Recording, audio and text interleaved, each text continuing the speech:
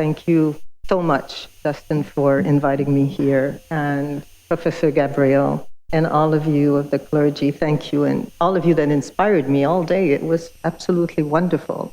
I guess I'm going to take my speech a little differently than what I've heard so far, which was extremely inspiring. I might just steer it now to action of how, and thank you for letting me open for legacy, because it's about legacy that I want to talk about, and also what the action I will take to leave a legacy of my own in this world. So 2 Sundays ago, my 7-year-old granddaughter, Addie, short for Addison, sent me this lovely text that she had just finished seeing the movie The Incredibles, and she thought that the superhero character in the movie was based on me. So she sent me to her, I'm a superhero, and yet Addie has absolutely no idea of what I do for a living. I am no hero other than being a woman, and certainly not a superhero. And I know what I'm talking about because I work with heroes on a daily basis lately. And just like for my granddaughter, Addie, who has no idea of what I do for a living, thousands of unsung heroes work on protecting you every day, and you have no idea what they do and who they are. But regardless of your socioeconomic status, which I believe is pretty good, you're here, if you eat, breathe, drink, or poop, and I can't believe I just said that at the Vatican, forgive me, but you should pay attention to what I'm going to say next.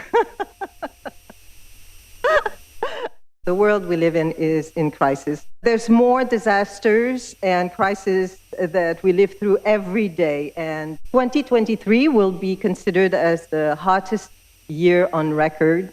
Now September as well.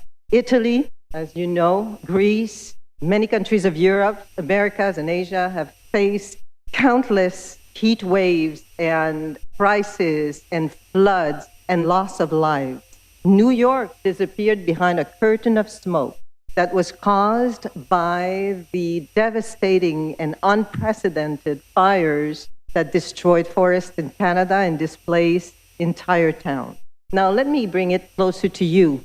Did you know that if you live less than 1.5 kilometers away from a highway, your children have a 40% increased odds of getting asthma from the diesel of the trucks that pass by on the highway and by all of the cars that spread it into the air and the environment near you.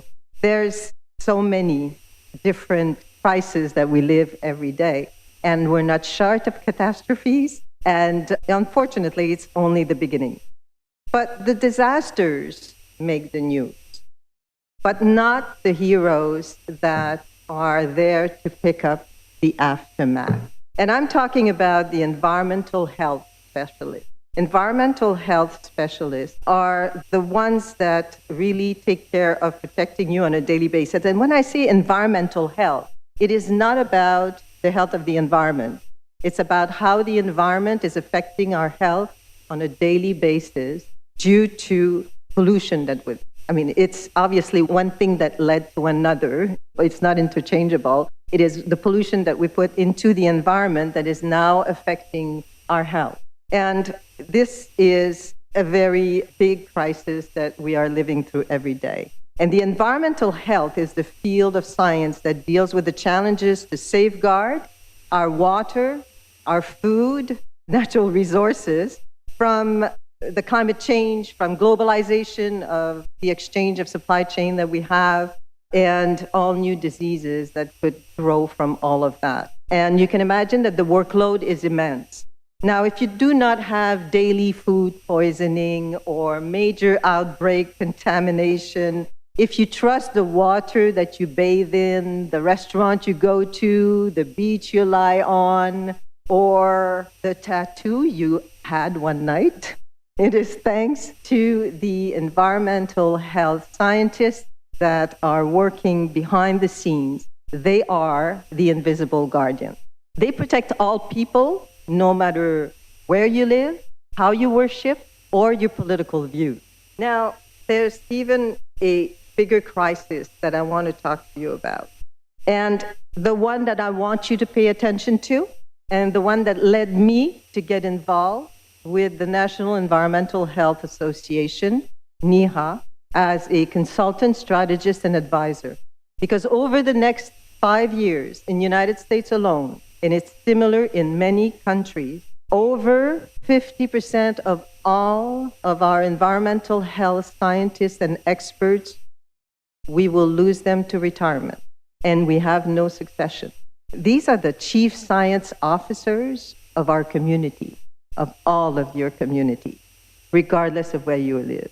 They are the hero we desperately need, and we're running out of them. Now, knowledge, expertise, and feet on the ground is what we need to face these crises and challenges, but as I said, we have no succession. Very few students choose environmental health as a career, either due to the way we've mistreated scientists during the pandemic, due to the very high cost of education versus salaries that they would get, or simply due because they think they're going to become famous on TikTok, Instagram, or YouTube.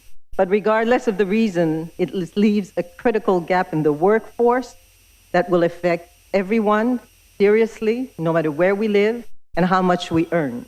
Without enough experts to monitor, audit, investigate, and safeguard the quality and safety of the mass-produced food supply, the water we drink, the waste we dispose, the air we breathe, without the scientists that will respond to waste or chemical spills, the inspectors of landfills, or the ones that decontaminate radioactive environment, we're putting ourselves, our communities, our children at serious risk of harm. So what can we do about it? Fortunately, we believe in solutions.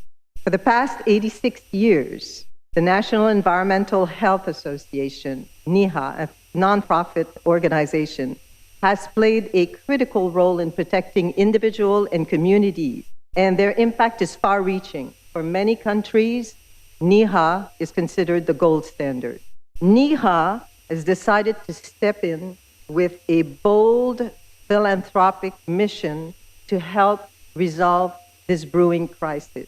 So today I'm pleased to announce publicly for the first time that NEHA is planning on launching a series of scholarship programs at different levels, from full scholarships to sponsored education to inspire and empower young people to pursue a career in environmental health.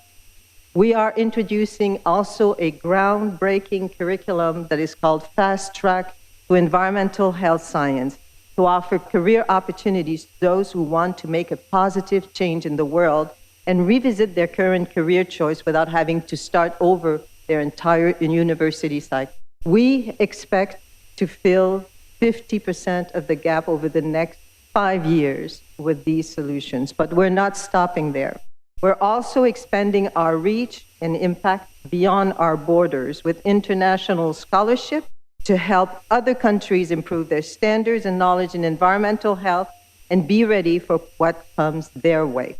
Oh my God, and again, I'm not stopping there. To mitigate the remaining gap, we plan on building smart and responsive platforms to support the first responders and second responders and save lives. We have a vision of creating a NEHA platform, an AI platform that will provide instant information with intelligence, with educational information to first responders and second responders in the world in any language for any country that decides to collaborate with us. NEHA will be a lifesaver and will be able to also free the time of scientists so that they can concentrate on audit and resolution. We aim to officially announce this in Australia in May 2024 for the International Federation of Environmental Health. So yes, a perfect storm is brewing between the increase of disasters, the very serious reduction in government funding, and the lack of succession. So therefore, we're inviting the private sector to join us in this mission that is bigger than ourselves and help your own country, because I want to inspire my granddaughter, Addie, to become a hero, and we want to educate and form the next generation of guardians of the world that we hope will save the world from many next generations to come. Thank you for listening.